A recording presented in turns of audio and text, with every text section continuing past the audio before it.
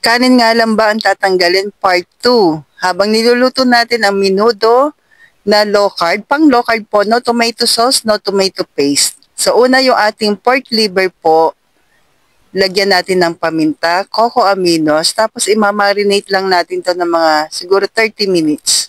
20 to 30 minutes. Yan. Halu-haluin lang po natin maigi. So, masarap to ka low carbs. Then, meron po tayong chicken liver. Gagawa tayo ng liver spread, pang low carb. Papakuluan lang po natin ito saglit.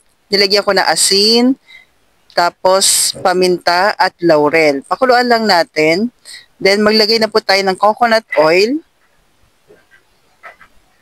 Iprito natin na maigi, maigi pa na, half cook lang. Sabay ganun eh. Mga half lang po, hindi siya masyadong luto yung ating pork liver. Una ko talagang pinipirito po yung pork liver, tapos half cook lang, tapos itatabi lang natin. Yan. So, balik po tayo, even biscuits, mataas yan sa carbs. Kahit sabihin na natin na pang ano daw yung pang slim, hindi po, mataas pa rin sa carbs. Maliban na lamang kung gawa po sa almond flour at coconut flour. Yan, set aside natin yung pork liver natin, lagay ulit tayo ng coconut oil, tapos magigisa tayo ng sibuyas at bawang.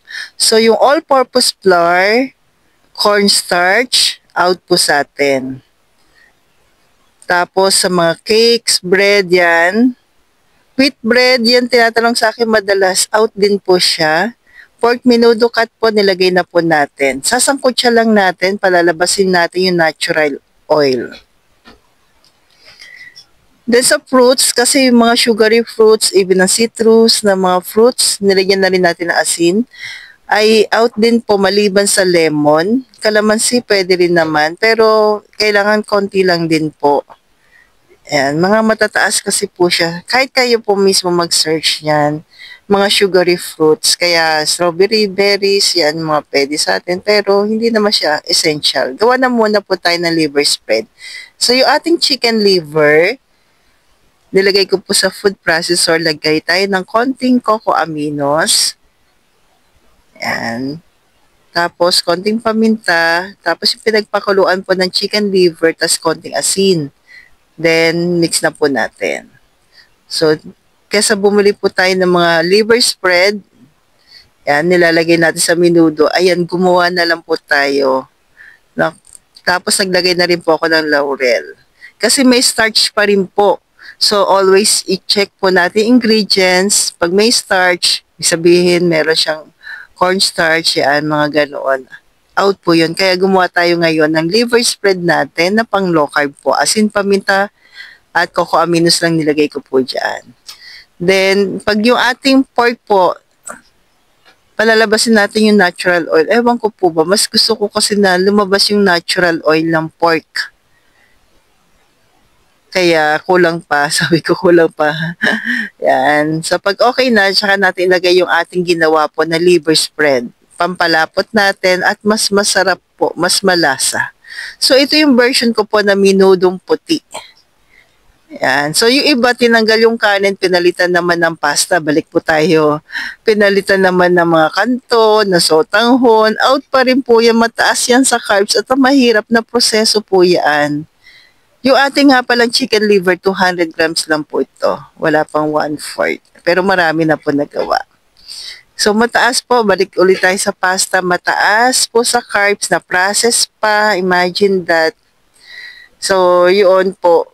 Kaya meron nagtanong sa akin yan, bakit gano'n tinanggal ko yung kanin? Pero bakit lalo ko tumaba? Ano po ang pinalit nyo? Sabi kong gano'n. Sabi niya, nagpansit na lang kami, ay mas matindi, tapos nagtinapay pa kayo, opo, ay mas matindi carbs plus carbs, o, diba po? Kaya, mas okay, talagang makita natin si low carb ulam lang. So ito, pang stock namin sa rep, hindi naman to, ano, tawag yan, hindi naman to isang kainan. Ayan. Mamaya makikita niyo po yung sample kung gaano karami. So, naglagay na tayo ng tubig at yung pinagpakuluan po ng chicken liver, nilagay natin. Palalambutin natin si pork, pero bago natin palalambutin, add tayo ng coco aminos. Ayan po. So, ano na nga bang kakainin natin sa low carb? Meat, seafoods, egg, yan po. Kasama na rin mga fish. Yan. Tapos yung pinag-marinate natin ng chicken liver, nilagay ko na rin. Pampalasa. So, ayan po, pakuluan natin ng mga 30 to 40 minutes. At doon po sa mga nag-uumpisa na mag-low carb, wag pong kalimutan yung electrolytes. 1 liter ng tubig, 1 teaspoon of salt, 1 teaspoon of cream of tartar. So, yung ating pork po pala, balik tayo sa minudo. Yan. Kapag okay na yung pork, malambot na, pwede na po. Pero pag hindi pa, yan palalambutin ko pa po, mga 10 minutes pa. Kasi minsan depende sa pork na nabibili natin sa palengke. Yan, another 10 minutes. So, ayan, malambot na po. Kaya ilalagay ko na po yung iba, yung ating pork liver na niluto natin ng saglit lang kanina. Tapos mag-a-add po tayo ng bell pepper. So, pwede ba ang hotdog na process pa rin po? Kung nagpapagaling, mas okay, wala po. Pero kung may pamilya po kayo na hindi naglo-low carb, gusto nila may hotdog, i-separate nyo na lamang po. I-fry nyo po siya ng bukod, tapos yung sa kanya iibabaw nyo na lang. O di ba po? Para-paraan lang naman yan. So, pwede ba to sa nagpapagaling? Yes po, basta wala siyang kasabay na carbs. So, pakuluan lang po natin.